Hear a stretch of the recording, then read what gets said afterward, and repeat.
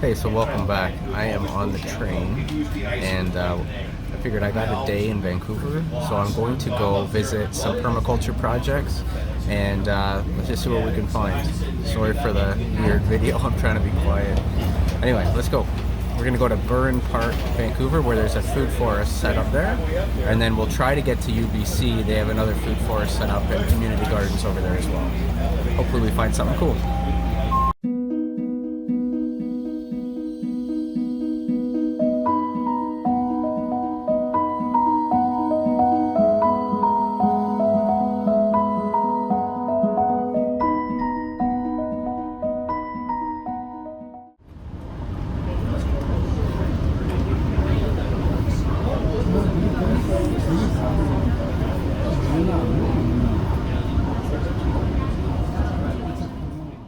Alright, so we are actually in Vancouver City Center right now, and I have about 10 hours until my flight leaves, so I figured I would hop on the public transit. This will be part 2 of the video that I just put out, and this will be me walking around looking for community gardens and food forest projects and spending 8 hours riding the transit and looking for community gardens. So we are off to Berard View Park. That's on the north shore of Vancouver, and we're looking for a VUFFF, which is a organization, food forest organization, community center, and it should be fun. So let's go.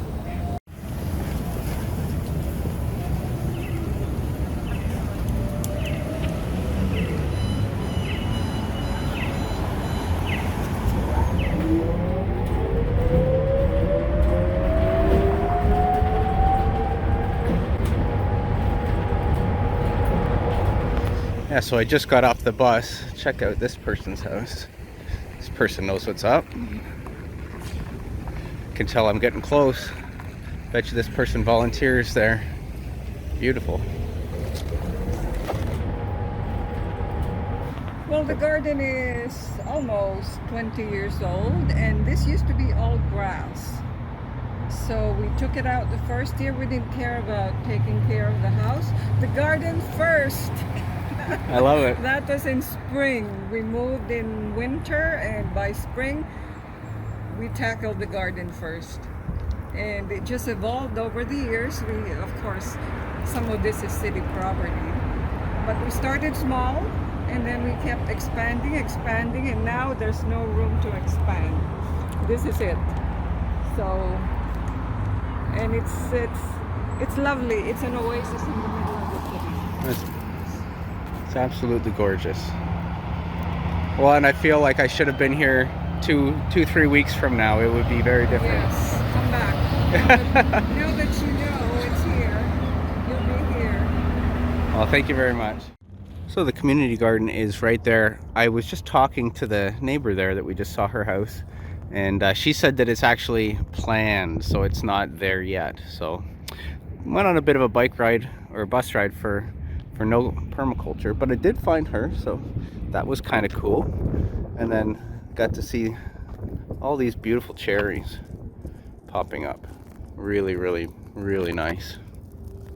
So here we are at Berard View Park, and yes, there is no food forest here yet, but there's a proposal to come in and occupy some of this just open grassland, which is great for families playing, so you need some of it. I think that's fantastic.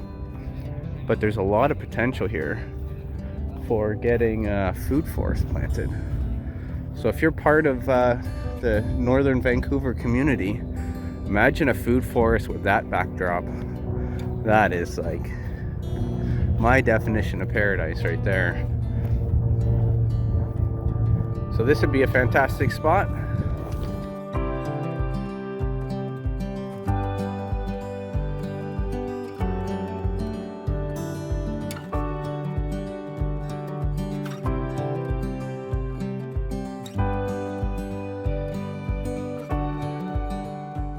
So we're gonna hop back on the bus and we're gonna head over to Oxford Park. See what's going on over there.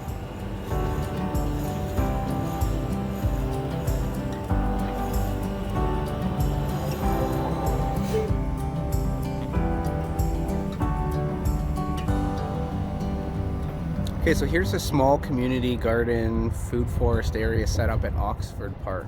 And I have to say, Oxford Park probably be that too much to look at it. It's very small. It's got a little bit of a playground and then a industrial building behind it. That is the whole park. And this little food forest, food security section does so much to liven this place up and make it actually feel warm and inviting. Now keep in mind, everything is still dormant. Everything's still sleeping. It's just starting to wake up. You can see the cherry blooms blossoming all through Vancouver right now, or starting to. But we've got a ton of little ground cover. It looks like strawberries actually everywhere. And it's interesting, you can see that it's all been kind of set up on swales, almost like terraces. Maybe not swales, but the walking paths probably collect water in the spring and help just build a little bit of resiliency in here. Got elderberry in here. It's really cool. Some roses, some more raspberries, some yarrow. Yeah, so it's kind of neat. It's kind of neat. I think this is hazel. So this is probably hazelnut. Maybe someone who knows better can tell me, but it's still got the catkins there. So it's probably hazelnut. But really, really nice. You know, like I said, it's just a small little food forest plot. Got a little heart there. A small little food forest plot, but it does so much for this small little space. Just absolutely gorgeous.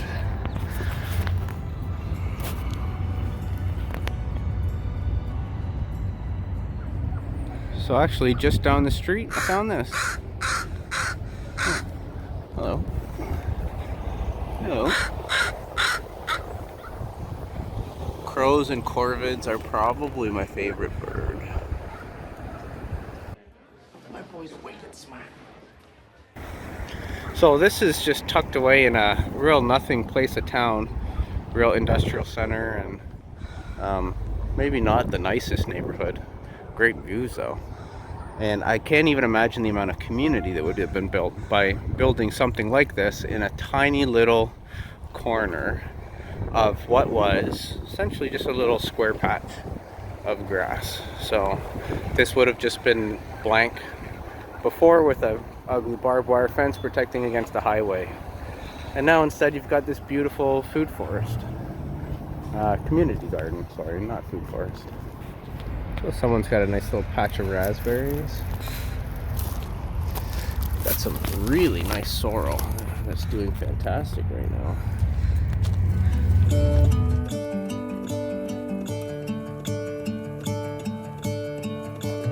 I'm gonna let the sun shine in today. I'm trying to make this darkness go away. I'll paint with colors and I'll sing until my lungs give out. I'm gonna let the sun shine in today. And I will leave my windows open so that I can hear the sound of people talking, the wind blowing in the trees. Oh, I will. So at UBC campus, just outside the Botanical Gardens, you can see just what I mean about the blackberries. Such a problem. They are everywhere.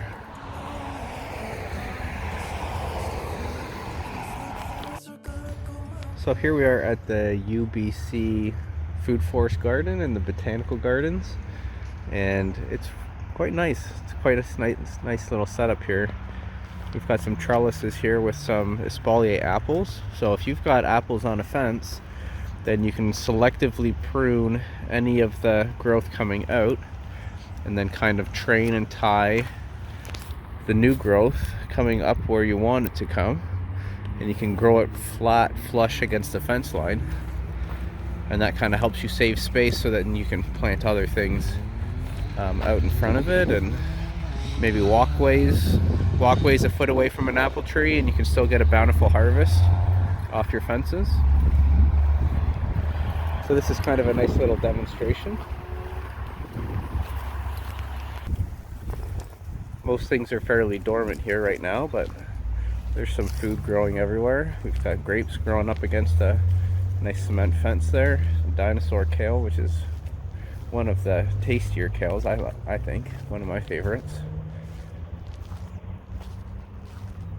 And then over there we've got some box gardens. Okay, so just on the way, this is a wonderfully trained and pruned apple here. It looks like they just came in and made some fresh cuts. So this has just been properly recently pruned, and you can see how the branches are just all going straight across. It'll fruit at all of these little nubs and nodes in here. Oops, sorry. You get some fruit off of there. And it's been exfoliated fantastically. You can see these ones here, they train them to grow up on the side, and then they train the cross branches to come out that way, and that makes this really nice little grid pattern, which is really aesthetically pleasing.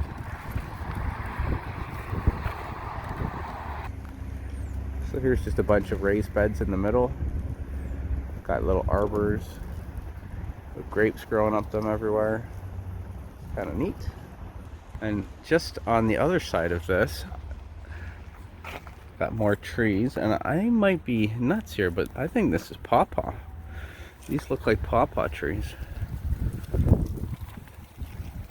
Those are definitely pawpaw. Let's see, oh, what do we got here? Hey, there we go. So they're growing pawpaws at UBC. It's fantastic. Two more over here.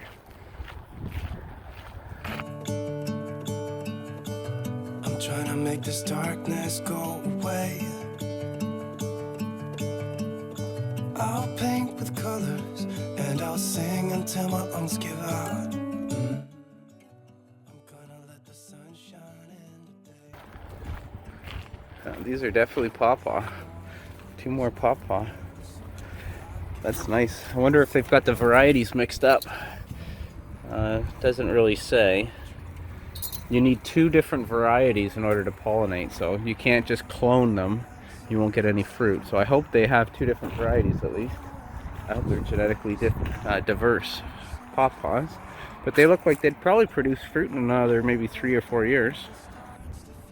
So here we've got some apples actually growing maybe a kneecap tall, 1.5 feet off the ground. Maybe as a little bit of a trial. Now anything like this, the plant's going to want to put out verticals. So, you know, all of these verticals here, it's going to really push hard because it wants to be whatever its rootstock wants its size to be.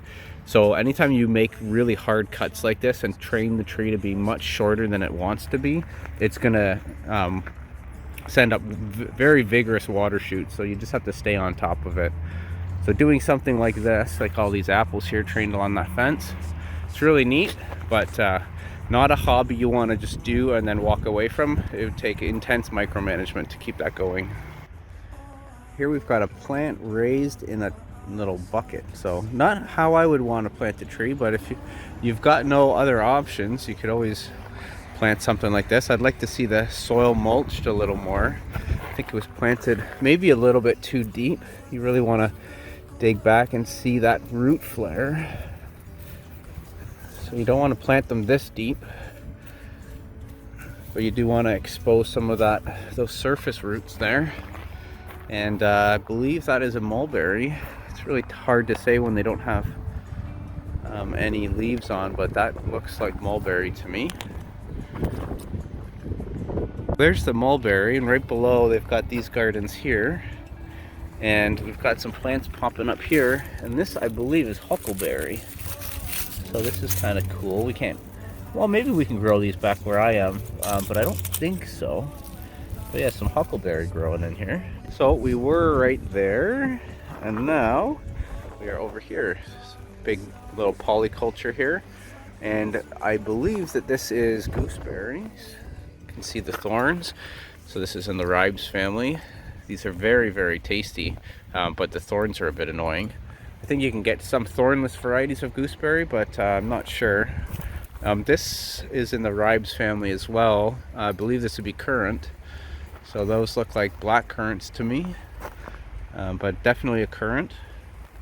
We've got some more gooseberry here, I believe. What do we got there? Yeah. So this is Catherine Oldenburg. More gooseberry. We've got watercress growing here on the ground, which is a very wet-loving plant. What do we have here? Indigo berry, or sorry, lingonberry. Lingonberry. So that one's not doing great, but there it is. Cover those roots up. So got some lingonberry planted. What else do we have? It's hard because everything's just started, so definitely some raspberries coming up through the ground there. And then these are some raspberries here as well. So this is kind of handy to train them like this. That way they keep from flopping over, falling over, and you can get a nice harvest. We got some blueberries here. I don't see the, oh, there's the actual plant. You can see it sitting right there. And then another larger blueberry here. So we got some alliums here in this little guild here. And there's no sign on this one that I can find, but that looks like persimmons that are still stuck on there. So they got persimmons here. And then we've got some, I think, parsnips growing in and around it, so some root crops. Got the garlic. What else do we see here? The blueberry is a bush layer. That's neat. There's lots more blueberries down this row here.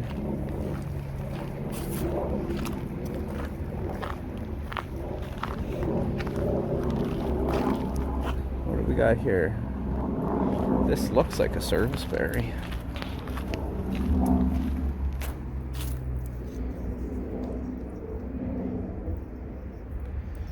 Aronia melancarpa. Is that chokeberry? I think that's a black chokeberry. So I haven't seen one of those yet. It's not something I've planted yet, but I believe that is chokeberry. Correct me if I'm wrong. So up these stairs here, we've got looks like some rosemary there, and over here we've got strawberries, some daisies, some grapes, and then we've got a little winter cold frame box here growing, looks like some carrots, dill, thyme. So I can't really.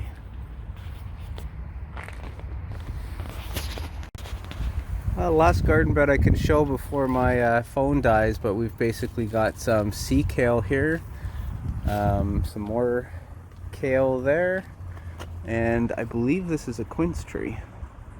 So they're growing quince here as well. So a nice variety of plants.